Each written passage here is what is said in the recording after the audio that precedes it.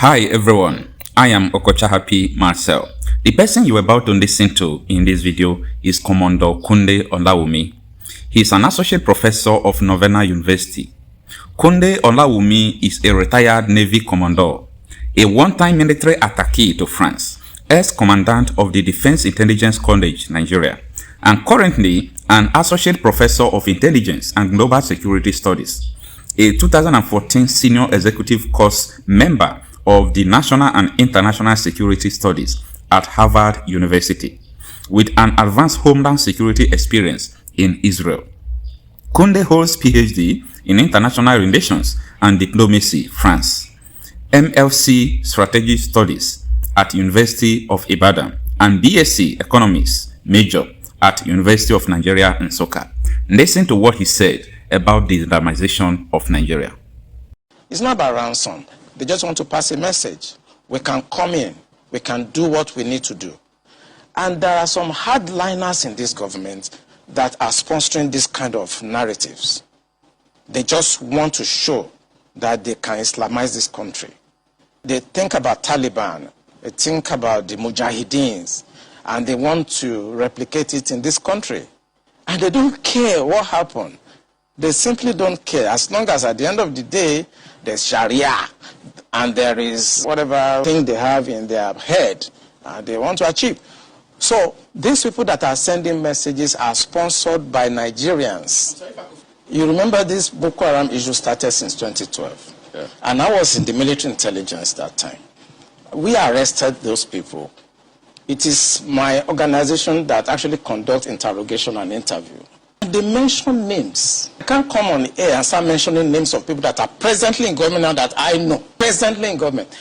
That the boys that we arrested mentioned. Some of them are governors now. Some of them are in the Senate. Some of them are in Aso Rock. The intention is to Islamize Nigeria and practice Sharia.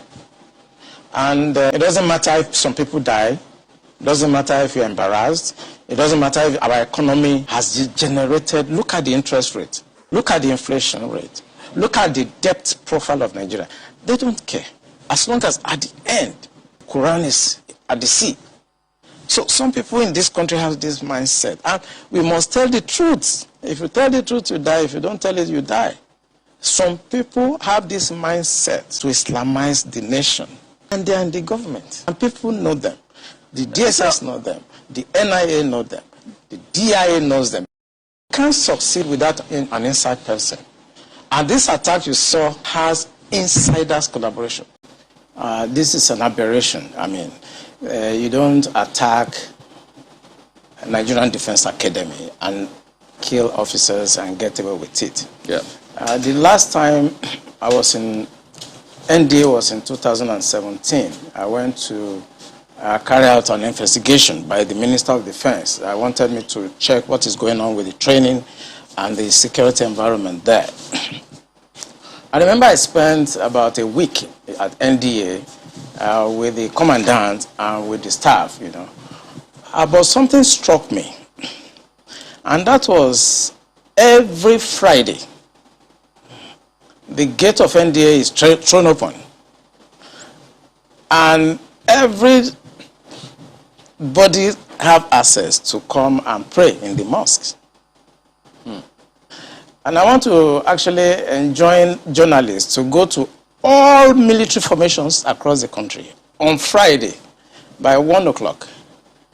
You are going to see the same thing happening across all military formations, including Naval Training Command at Papa, including the division in Ibadan, including NDA, including Jaji. I was in Jaji in 1994 for my junior division.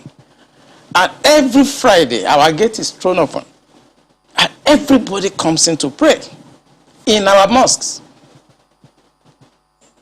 Even though they have their mosque outside. If you go to defense headquarters, I serve at defense headquarters as the Deputy Director, Defense Administration between 2015 and 2017. Throughout my 2 years at defense headquarters, I received visitors only twice because of the strict security architectures at the defense headquarters. But every Friday, the gate of defense headquarters is thrown wide open for everybody to come in and do Jumat. That is the time the terrorists have the time to profile our security environment. Has that always been the case? It has always been the case. I've served the military intelligence for the past 35 years. It has always been the case. Our problem is religion and social-cultural. I mean, people will expect me to come here and start talking about kinetics, about operation and so on. I've been an operational commander all my life. I've commanded warships, I've commanded troops, I've commanded men outside Nigeria and so on. But I'm not going to come to your station to discuss kinetics. The problem is not kinetics. In 2017, 2016, I'm always a member of the Security and Intelligence Brief at the Defense Headquarters. I told them, General Lawrence Shakin then, that the challenge we have in this country cannot be solved the same way we solved the problem of Niger Delta. The Niger Delta problem was solved during Yaradua time, basically by me. And I told them that we can't use that same template for Boko Haram. I told General Lawrence Shakin to look at the center of gravity of the problem. And we all came together. I was made a member of the committee, including Atahiru that just died was a member of that committee in 2016, 2017. And we came to a conclusion after several arguments. The arguments were three. To identify the center of gravity of the problem, one group said it is the fighters, the Boko Haram fighters are the center of gravity, so we should go after them.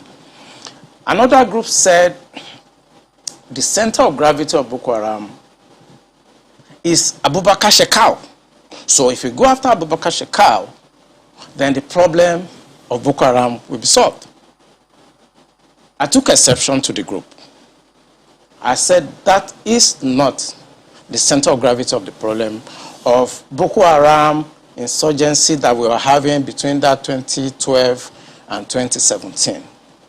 And General Lawrence Shakin asked me, allow me, why are you giving problem? What is the problem? Give us the answer. And I told General Shakin that if I tell you the answer, you are not going to be able to solve the problem. He said, what is the problem? I said, the center of gravity of Boko Haram and insurgency in Nigeria are the sponsors of that program. It was beyond us. Because the job we need to do is kinetics. Fight, destroy places, resolve issues. Yep. But we cannot resolve issue of sponsors of Boko Haram that were in Buhari's government, that we know them. When you say we, who I was in the military intelligence. And the defense headquarters staff that I work with, they know. And that was why we couldn't pursue that aspect that could have resolved that problem. Because you need to arrest people. And recently, 400 people were gathered as sponsors of Boko Haram. Why is it that Buhari government has refused to try them? So the government knows sponsors of Boko Haram? Of course, it's in the news. In April this year, the government said they have arrested 400 Bureau de Change related people that were sponsoring Boko Haram. They told us. And Abu Dhabi also helped us to arrest few Nigerians, tried them, we know them. Why can't this government, if not that they are partisan and they are actually part of the charade that is going on, why can't they bring those people out for trial? So the Bureau de Change operators on the one hand, but you particularly said people in government. Are those part of the Bureau de Change, or those people that you say are in government are still there, government is aware, and government is condoning them? The people I mentioned that are in government are not these ones they just arrested. You remember this Boko Haram issue started since 2012. Yeah. And I was in the military intelligence that time. We arrested those people. It is my organization that actually conducts interrogation and interview. And they mention names. I mean, I can't come on the air and start mentioning names of people that are presently in government now that I know. presently in government, that the boys that we arrested mentioned, some of them are governors now. Some of them are in the Senate. Some of them are in Aso Rock. Why should a government try to cause this kind of embarrassment and insecurity to the sense of what happened yesterday? And the solution I gave them in 2017, because when I identified the center of gravity for General Lonshokin, and they couldn't pursue it, because some of them were ministers. And what I'm saying now, the Department of State Services are listening to me. They know them. Yeah, you know, Commodore. So the solution I gave them was that if we can't pursue the policy strategic level, because the people that we need to talk to are also, you know, going to be difficult to deal with. I said what they should do now is to conduct two things. We should buy blimps. The blimps are not UAVs. They are not drones. Blimps are equipment that can fly up to 10,000 feet, 30,000 feet, static if you want, mobile if you want, and they carry a lot of payload. We saw them in Afghanistan. We saw them in Kenya. This will be something that can give us real-time intelligence, and we can know where these bandits or terrorists, where they emanate from, when they finish operations that they've done, where they go back to. Okay. Well, they did not buy this equipment up to now. Okay, you said quite a number of things. Let's pick up on some of them and see if we could make some, if you could shed some further light on some of them. Since 2012, I mean, you've been in operation, as you said, ever since that time. You questioned several people. Some people were identified at that time. Did the government at that time try any of them? Or were any of them also in government at the time? No, the government did not try any of them, and the defense headquarters where I worked then did not pursue that line of operation because it's beyond them. The defense headquarters, actually, when you look at the defense structure of Nigeria, they lie within the policy strategic level, but basically they are operational guys. So when you have policy problem, then they cannot go beyond their masters.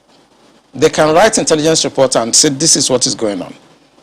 And we've seen that the present government know what is going on. I'm sorry, is this a policy problem? I mean, the laws are clear. If someone is said to be involved in something as devious as this, the laws are clear. This person is meant to be arrested, questioned. I mean, it's quite clear. So is it a policy problem? We have the laws. So what is stopping the security agencies from actually enforcing the law, since that's what they are?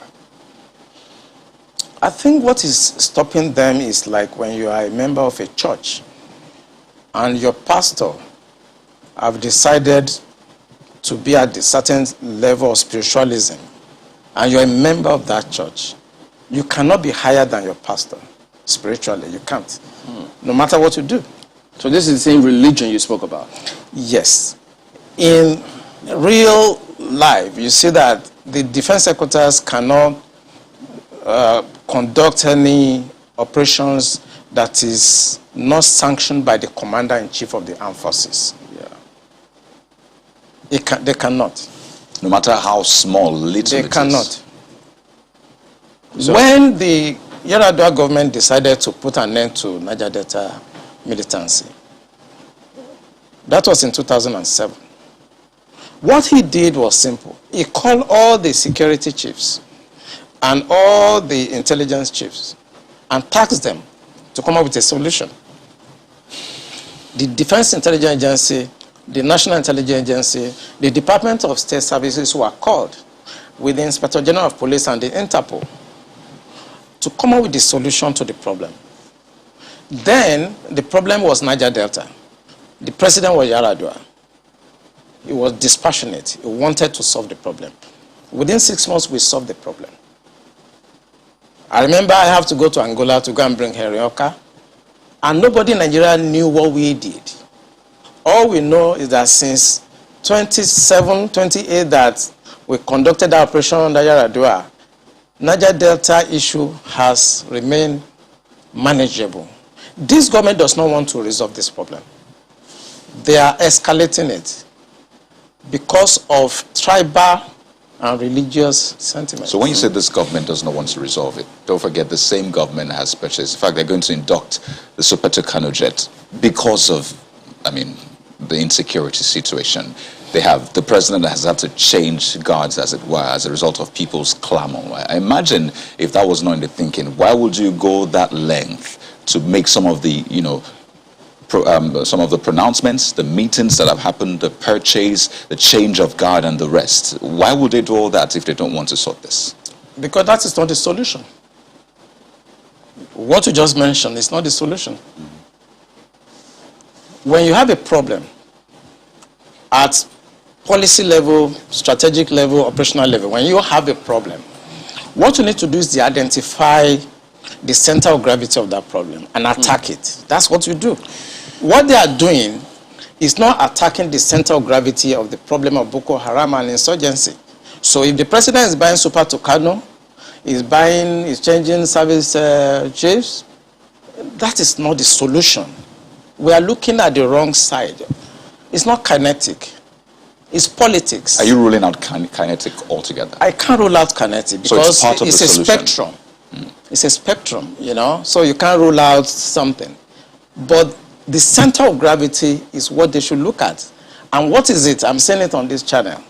It is the sponsor of Boko Haram and bandits. And speaking about the sponsors, you know, when you say the DSS, and yeah, they could be listening to you, but so they profile, part of their responsibility is to profile all of these persons before they either vie for elections or before, excuse me, they are nominated for any of these positions. Doesn't that happen? Don't they get intel and say, look, this and this is what we found, and then we don't think that this should proceed further? Doesn't that happen? It does. You know, when I worked with the DSS in 2007, because when Yaradua approved the operational order that we did, we now have to work together as a team. He actually forced all of us to sit down together and work together. I was surprised at the tremendous amount of information had by DSS. I was shocked.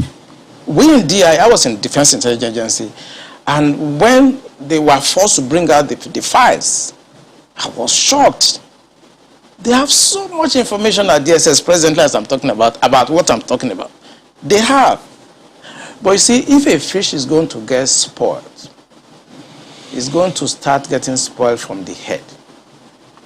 The DSS will not do anything except the commander-in-chief's body language shows that this is the direction I want to go. That is where the problem is. The DSS has tremendous information. By the time 2023 is here and somebody take over and wants to undo some of this evil that I've seen in this country, you'll be surprised names that the DSS will bring out. They have the information. There's nothing I'm going to say here that they don't have. The defense headquarters have the solution for the kinetic aspect. They do. I'm not going to come here to advise them. I work with them and they're still there. The chief of naval staff was in the intelligence with me. We were together in Defense Intelligence Agency. That's Vice Admiral Gambo. I know these people are good. They know what to do. It's not that they have problems. It has to do with politics, the sponsors, people that feel that this country should be Islamized. You know, assuming but not conceding that, I mean, that all of this is the case. So what is the end game? Because I imagine as a strategist, that's what you think about too. So these things are happening. What is the end game? So why will this be allowed to fester? For what purpose? The end game for them, because we did, normally when you want to look at this type of challenges, what you do is that you go through what we call the intelligence circle. Okay? When you do the processing and you do the analysis before dissemination point, you discover that the end game for them is to just turn this country into like a Taliban type of country. And it's a mindset.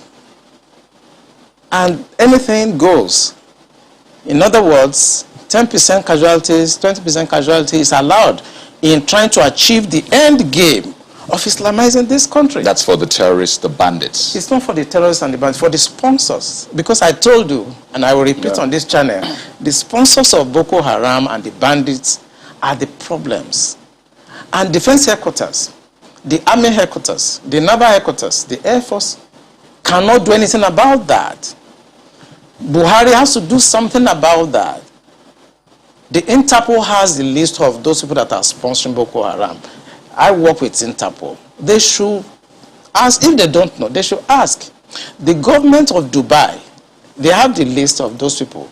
During the trial of those people that were caught, names were mentioned. They have the list. The government also told us that they've arrested 400 sponsors of Boko Haram. Why should a government not try those people and bring peace and harmony and safety to this nation? Why won't a government do that? Those people that are going to harass cadets and officers in NDA, they live around the place. I know NDA very well. I was in Georgia, I was in NDA as young officers, and I know the area very well. They live around the place. So why can't you put up a blimp that can see what they are doing in real time and eliminate them? Why won't you do that? In fact, there were more details saying that some persons slept up, but we'll come to that hopefully. Markwa has got some questions for you. Markwa, go ahead, please. Thank you, Chamberlain. Much as we're looking at, it looks like we're looking at the remote causes. The immediate causes, I think, is what is worrying a lot of people in terms of the significance of the attack. For some people, they're wondering, what do you think were the bandits trying to pass home a message when they chose the National Defense Academy as the area of the attack? I mean, as the area they decided to attack. Because normally people know that military installations, for instance, if you were to, I mean, you've talked about how the military institutions are usually open to the public on Fridays. There'll be questions as to this attack did not happen on a Friday. It happened on a Tuesday. So the guards were supposed to have been up. So there'll be questions as to what happened, how was the perimeter breached, what about the guards are usually mounted on, watchtowers, what were they doing, were they asleep? There'll be areas where there are CCTV cameras, what happened in those areas as well. There are huge questions around that. And then the significance, what gave these bandits the audacity, the temerity to be able to say, this is going to be the area we want to attack today. Do you have any questions roaming in your head in terms of, what were they trying to really achieve beyond? Because some people say this is not about ransom. Maybe they want to take a ransom, yes, maybe. But it looks like they were trying to send home a message. Yeah, thank you, Markwe. You just got it right. They just want to send a message. And this is what terrorists do. And what the Buhari government should do is to tag these people as terrorists. What they want to do is to send a message to create fear and to show the military that we can come for you and there's nothing you can do. You may not know, I don't know whether it's out in the news, that the major has been killed. Belongs to some groups, and I know about 3 hours ago his body was found. He has been killed. So it's not about ransom. I just want to confirm to Markwe that she is right. It's not about ransom. They just want to pass a message. We can come in. We can do what we need to do. And there are some hardliners in this government that are sponsoring this kind of narratives. They just want to show that they can Islamize this country. They think about Taliban. They think about the Mujahideens. And they want to replicate it in this country. And they don't care what happened. They simply don't care. As long as at the end of the day, there's Sharia and there is whatever thing they have in their head they want to achieve. So these people that are sending messages are sponsored by Nigerians. So if I could follow up on that quickly. Please go ahead. This part of what you just spoke about now, the security agencies gleaned this from those who they arrested over time, saying this is the intention. Absolutely. The intention of it's on the internet. So it's not even about the people we interrogated. The intention is to Islamize Nigeria and practice Sharia. And it doesn't matter if some people die. It doesn't matter if you're embarrassed. It doesn't matter if our economy has generated. Look at the interest rate. Look at the inflation rate. Look at the debt profile of Nigeria. They don't care. As long as at the end, the Quran is at the sea. So some people in this country have this mindset. And we must tell the truth. If you tell the truth, you die. If you don't tell it, you die. Some people have this mindset to Islamize the nation. And they are in the government. And people know them. The DSS know them. The NIA know them. The DIA knows them. Because it is the DIA that conducted the operations that arrested these sponsors. So they know them. Why is the government, the commander-in-chief of the armed forces? The general area of Afaka, where where the NDA is cited, is no stranger to this sort of attacks. Before now, I mean, a few other institutions around the Defense Academy have also been attacked. Talking about the Institute of Agriculture and Forestry, Mechanized Division, something to that effect. I can't remember the exact name of the institution now, but we do know that they have been around this area. Now, I'm looking at the front page of Daily Trust newspapers, and they have this, why NDA security was compromised. And the first writer says, bandits leave peacefully. Peacefully is in parenthesis, near academy. There have been questions before now that sometimes, this happened in Jos, around Rukuba, that, there were attacks happening in the neighboring area, and that the military institutions did nothing. The same thing happened when there were attacks on the airport, the airport's residential area in Kaduna. That was very close to the Defense Academy. They did nothing. They attacked the forestry school in Kaduna. They did nothing. Now they have finally come for them. But the talk is that these people have been there all along. They never went anywhere. The bandits who perpetrated this attack have been there all along. Does the military really need, I mean, if this is something that is of concern to the security agencies, because it was only a matter of time from what it would seem that we're reading that these attacks were going to happen, it didn't really need to wait this long before they took action against people they knew were a security threat to not just them, but also the people around their environment. Yeah, Makwe, I may also shock you that some cadets have been abducted before now. And when they took these cadets away, and they demanded for ransom, as low as 400,000 naira at that time, the cadets were released after the ransom were paid. And the cadet told them that where they took them to, that they could hear the parade going on in NDA, that they were not taken far away from NDA, that every morning they hear the parade and the programs going on in NDA while they were in the camp of the terrorists. You are right. These people live around NDA. It's about social-cultural issue. As long as you are a Muslim and you speak Fufude or Hausa, you can do whatever you like and fraternize with the military and go in and out of the barracks. You are saying that the attack did not happen on Friday. Of course, it will not happen on Friday, but they have enough time to carry out surveillance. They have enough time to have insiders that will work with them. The problem is that journalists should go around our military institution this Friday and carry their cameras and see the decadence, the security breach that goes on every Friday in all military institutions across Nigeria, and tell the Minister of Defense to put a stop to that. The defense institutions, they are sacred. They are not where people can come on Friday, throw open the gate because they want to come and do Jumat. The truth is that on Sundays, we don't have such, invasion of our premises by Christians to come and pray or to come and do whatever on Sundays.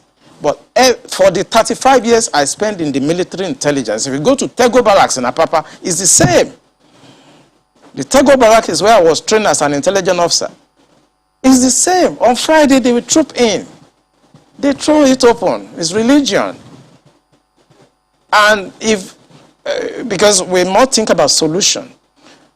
The Minister of Defense should stop this. They should make pronouncement and stop it. Every Friday, people should go to various mosques around them to pray and maintain the sanctity of our military institutions. That's what I wanted to know if this has been an issue before now. I mean, has this been anything that, the people at the top in the military have found as a source of concern? Let me raise an instance. For instance, we know that at almost every security institution, even on the roads here in Abuja, before you can enter the same road that leads to any military institution is divided in two. There are huge barricades to prevent anybody from just entering, so to speak. This became a source of concern for the military, in terms, especially after the attacks on the police headquarters. Has this been a source of concern for for the top brass of the military to say, hey, look, if we're taking these steps to put barricades, then this is also going to be a source of concern for us. What can we do about it? Have they elevated this discussion? At defense headquarters, every Monday, even if you go this Monday coming, you will see they are always there to discuss intelligence and security brief. We discuss all topics there, including the issue of Muslims gathering every weekend. All those barriers you see at defense headquarters. And that's why I'm talking to the media. They should go there on Friday. The barrier is no longer there. It's open because it is Jumat. And this is when they come to carry out surveillance. If you look at what happened in Mogadishu Barrack, it was the same. There was a time they went there and blasted the place and killed a lot of people.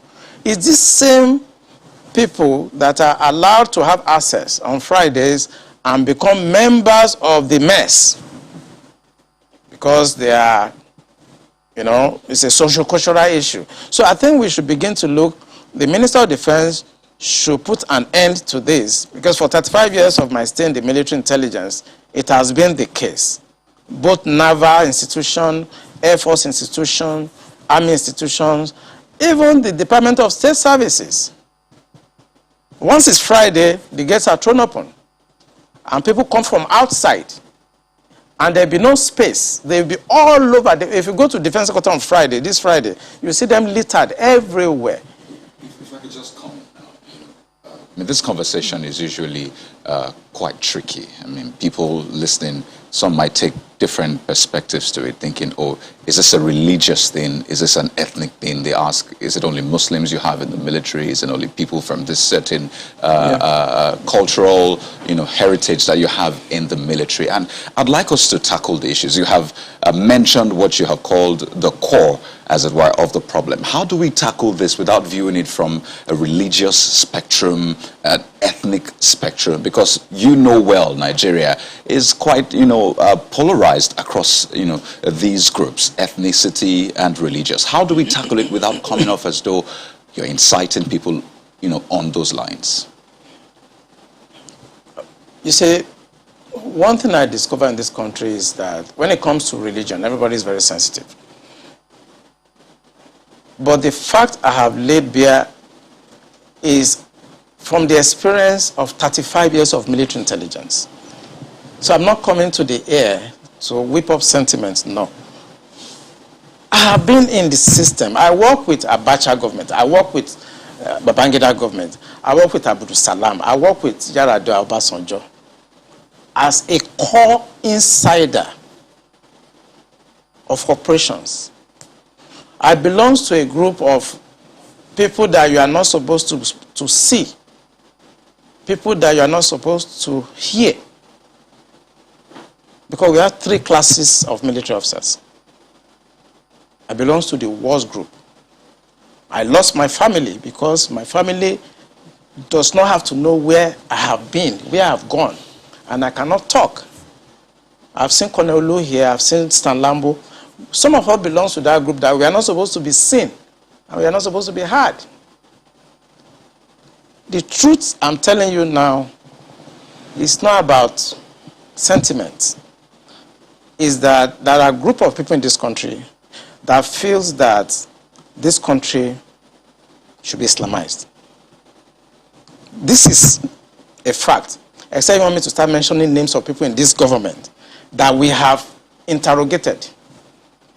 I was a member of an interrogation team, and I've interrogated a very high-ranking member of this government in 2007, 2008 on the issue of Boko Haram. I interrogated him. He's in this government right now. And what was the issue? Boko Haram. And this senior officer was actually let go because he was found culpable. But right now he's in the government. You see, we must say the truth, because if you don't, this country is going down the precipice. We have been set back more than 60 years right now. We've gone back to the time before 1966 now. And whoever is coming back to repair this country has a lot of work to do. This country has never been polarized, so we cannot run away from it. We have never been this much polarized. I'm a federal person. My mind is federal. My brain is federal. My loyalty is federal. I do things for the federal government. So I cannot come here and try to be sentimental. No, I'm a federal person. So will your life be at risk now that they're hearing you? I don't care. I don't care. And my colleagues, they know me. Those people that are listening to me, they know me. I don't care. The issue is that this country is bigger than an individual. That is the issue. This country is bigger than individuals. Buhari will come and go. Eliminating me or killing me will not solve the problem and will not add value. But he will come and go. And somebody must come and repair the damage to the psyche of this society, the damage to the polarization, to the nepotism that I've never seen in my life. I work with all these presidents. This is the worst situation I've found myself. And believe me, internet does not forget. I was part of the people that helped to bring Buhari to government because I believe in him. Have you worked with the government after that? After you helped bring the government? Oh, of course, I worked with him. We brought him in 2015, and I work as the Deputy Director of Defense Administration. And we have a lot of hope in him. And we actually are ready to do anything for him. What he has turned out over the years is shocking to us. I was in Harvard in 2014, in December, when the Department of State Services and CIA and others were contemplating about Buhari and other aspirants. I know what we did to convince the American government that the only person that can come and put this country right is Buhari. That was before the Lagos, APC, before they chose within. Right. And that was how Tinubu came in. We know what we did, but what he has done in the past 6 years is shocking. It's unprecedented. And it should not be allowed to be swept under the carpet, because The damage to the psyche of this country is monumental. We'll talk more on this, but pardon me, we've kept Mr. Alfred Ononuju waiting. He's a security consultant and the forensic investigator as well. Good morning, and pardon us, we just had to explore some of these positions. So, you've been listening in to what's being said, and then perhaps also read and updated yourself with the current situation concerning that scenario with the NDA. What do you think? First, let me thank my dear brother as a patriot. He's speaking not to impress anybody. He's speaking as a patriotic Nigerian. He's also expressing his experience at times in service to Nigeria as a nation. May I also condole with the families of the officers and men that were brought down during this attack. It's pathetic. To say it's unfortunate is to make light the issue of what is happening to us as Nigerians and what is happening to Nigeria. The least of our aspirations and expectations was to find ourselves where we currently are, as a people. It's worrisome that there has been this, unseriousness about tackling the identified threats. And I believe that one of the solemn pledge of any officer is to protect the territorial integrity of our country. Now, when these territorial integrities are being flagrantly held with contempt and invaded with impunity, I think something must have given way. And there doesn't seem to be a response, a measured response to some of these threats as expected from people under oath, from people who have sworn to protect and defend the territories of Nigeria. Having said that, frankly, I want to thank you for allowing the veteran to just take us down the line. And I think he's been one of the most courageous Nigerians I've met in my entire life.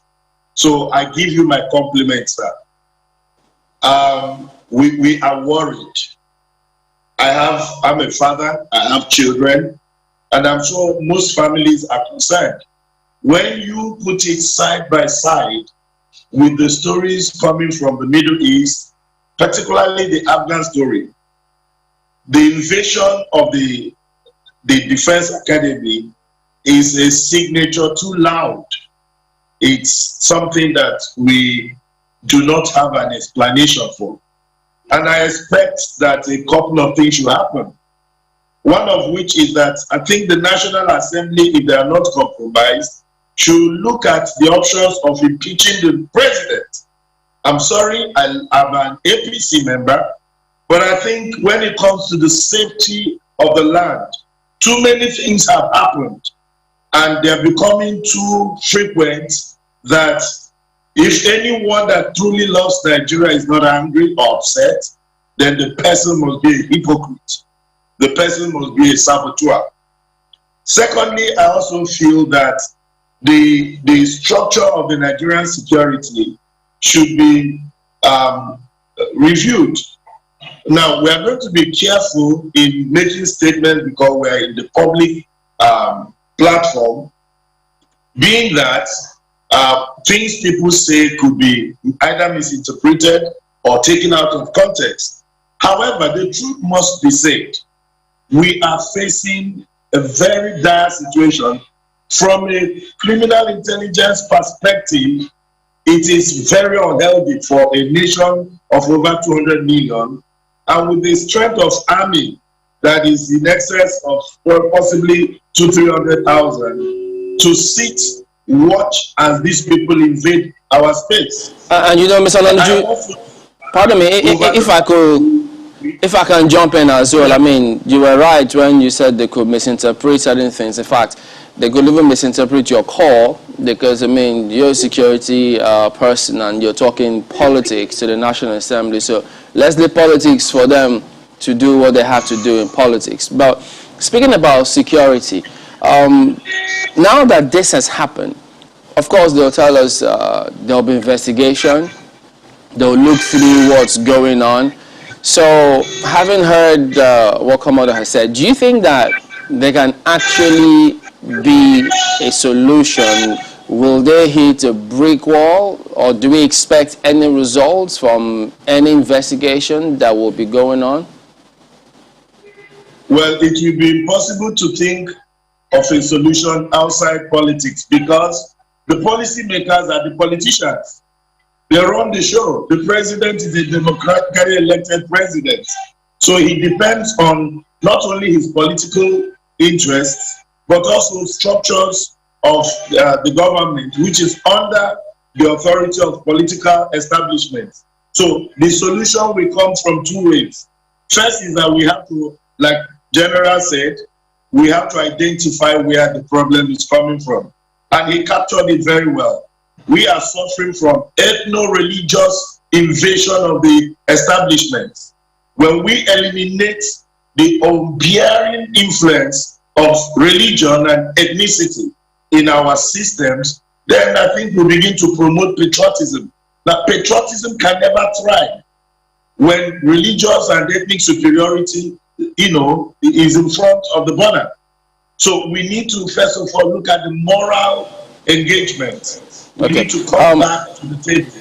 And I think this is to those who are crying and calling for restructuring in the country. Because where we are, it favors a section of the religious interest more than the other.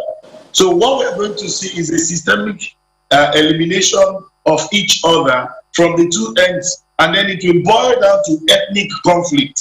Because when you kill somebody that is a Muslim, he comes from an ethnic group, maybe he's a Fulani, or he's Hausa, or he's Yoruba, or Igbo Muslim, then it will trigger a chain of reactions.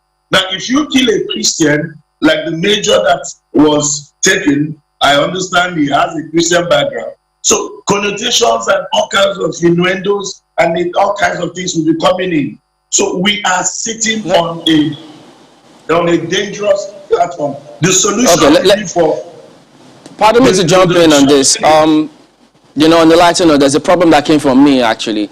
I mistakenly called you Ononuju instead of Ononugbo, and thank you for understanding that it was an honest mistake. That's okay. Thank you for that. Well, let me bring it back to Komodo. Looking at the narrative out there, they got in by 1 a.m. These terrorists, which sometimes they call them bandits, and now you look at the entire procedure, how this attack was carried out. And then they also said that those who were supposed to be manning the CCTV were sleeping at that time. So if you look at all this chain of events, what does that tell you? Yeah, I think, when you come to tactical operations, the most important element for us is surprise. It doesn't matter whether they slept off, whether the people that are supposed to be... I mean, at that time, 1 a.m., they know that they can achieve the element of surprise. Even if after 30 minutes of their invasion of that environment, it will take a lot to be able to respond to such an attack. So don't start looking for who to blame or who to... it's just with the view to correct some of these things. Are they supposed to be sleeping in the first place, manning CCTV cameras? For an attack, I've conducted attack in Niger. I've conducted attack in Angola. You see, no matter how fortified an environment is, no matter how foreign it is, if you can achieve the element of surprise, you win. I know NDA very well. I know the security architecture.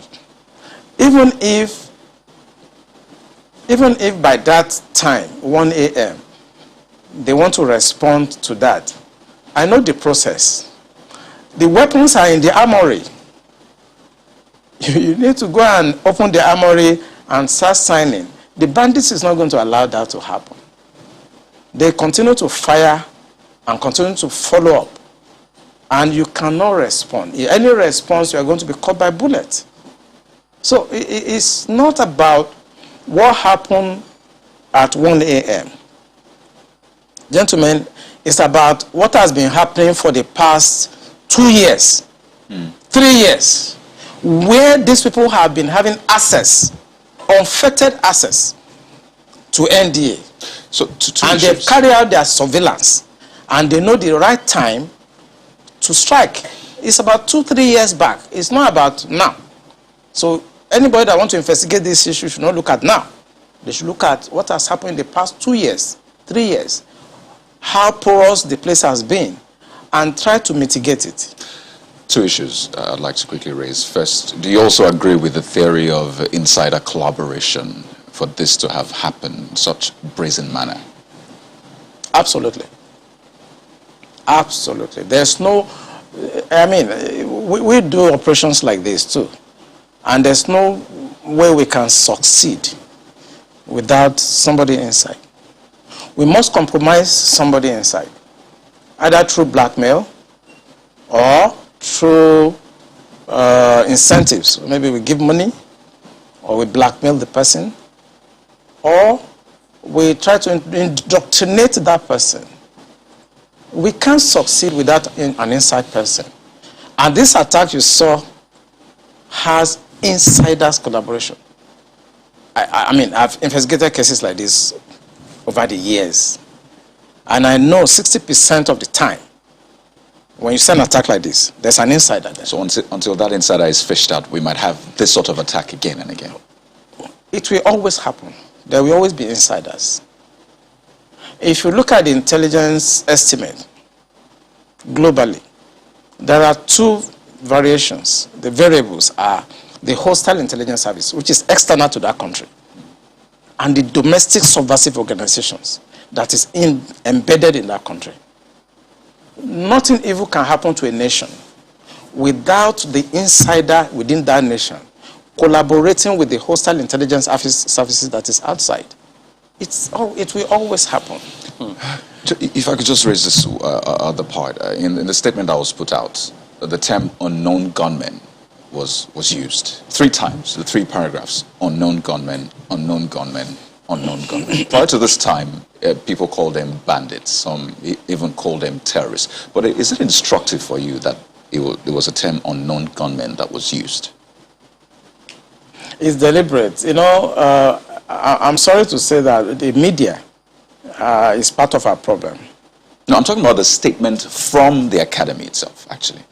The academy also have to use that word to avoid reprimand from the higher authority. I was the commandant of Defense Intelligence College, and I know that at that time there are things I cannot say. If you term them terrorists, it carries a lot of weight, and you can be reprimanded for that as the commandant of NDA. So he is going to be very careful to keep on using that same term that is safe to use, because there are legal and other implications when you term a group terrorists. But I want to say on this channel that those people are terrorists. And if the government of Buhari is serious about putting an end to what we are saying, he must pronounce them terrorist organization. Because once he does, it carries a lot of weight. And the reaction of the armed forces, where I belonged to before, will be completely different. What was the point you were going to make about the media?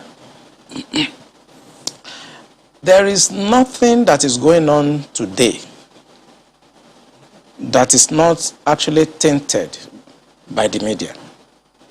How? And that is why I have to come here and make bold to say what I've said. The media also know 80% of what I've said now, but they will not publish it. They know. I work with journalists. I was Deputy Director of Foreign Liaison at Defense Intelligence Agency. I work with journalists. I was Commandant Defense Intelligence College. I work with journalists. I train journalists in intelligence operations. They know. So why are they not also saying the obvious? So that will help the security and safety at that and time, progress of this country. So at that time that you worked with the journalists and, you know, training them and doing all of that, did you give them permission to publish your name as a source if they were going to go to press with those details? Oh, I did. You know, it was a policy because, you see, when I was made the Commandant of Defense Intelligence... No, because, you know, you had said that you belonged to a group that was not supposed to have been heard or seen. Yeah. So how did you give them permission to publish your name? Yeah, because at that time I was holding a different appointment. I've held a lot of appointments in the military. There are certain appointments I will hold that has no connotation with intelligence at all. For example, I was the Chief of Staff Logistic Command for the Navy. That appointment has nothing to do with intelligence. I was the Defense Advisor to Nigeria in France. It has nothing to do with intelligence.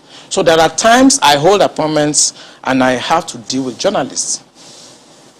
And I must tell you, I can mention some of them. Mohammed of NTL, I trained them because I wanted them to understand that military intelligence is not like a cult.